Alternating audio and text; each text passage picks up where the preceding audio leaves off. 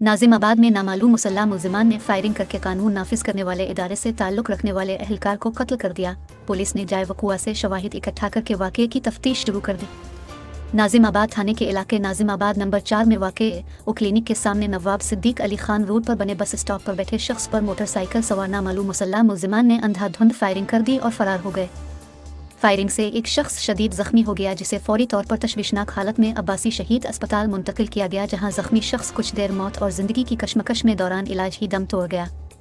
Firing के वाक़ये की इत्तला मिलने पर पुलिस अफसरान मौके पर पहुंच गए और फौरी तौर पर क्राइम सीन यूनिट को मौके पर तलब करके शवाहिद इकट्ठा कर लिए गए।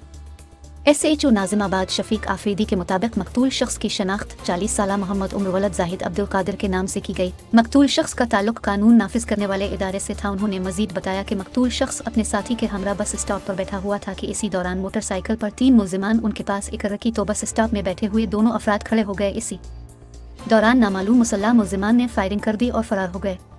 फायरिंग के नतीजे में एक शख्स शदीद जख्मी हो गया, जबकि दूसरा मुजिजाना तौर पर महफूज रहा। SHO ने बताया कि मकतूल को सीने, पेट और हाथ पर 3 गोलियां लगीं जो जानलेवा साबित हुई, जबकि पुलिस को जाए वकू से 30 बोर पिस्तौल का एक खोल मिला है। उन्होंने बताया कि फायरिंग के वाक़ये की नौयत के बारे में फौरी कुछ कहना कब्ल अज़ वक्त होगा। पुलिस ने डकैती और टारगेट कलिंग समेत दीगर पहलुओं पर बारीकबीनी से तफ्तीश कर रही है और कोशिश की जा रही है जाए वकू के अर्द गिर्द लगे CCTV कैमरों की फौज हासिल की जाए और यानी शाहिदीन के बयानात की रोशनी में तहकीकात को आगे बढ़ाया जाए। बाद मकतूल अहलकार की मैयत अब्बासी शहीद अस्पताल से CMH मली रवाना कर दी गई।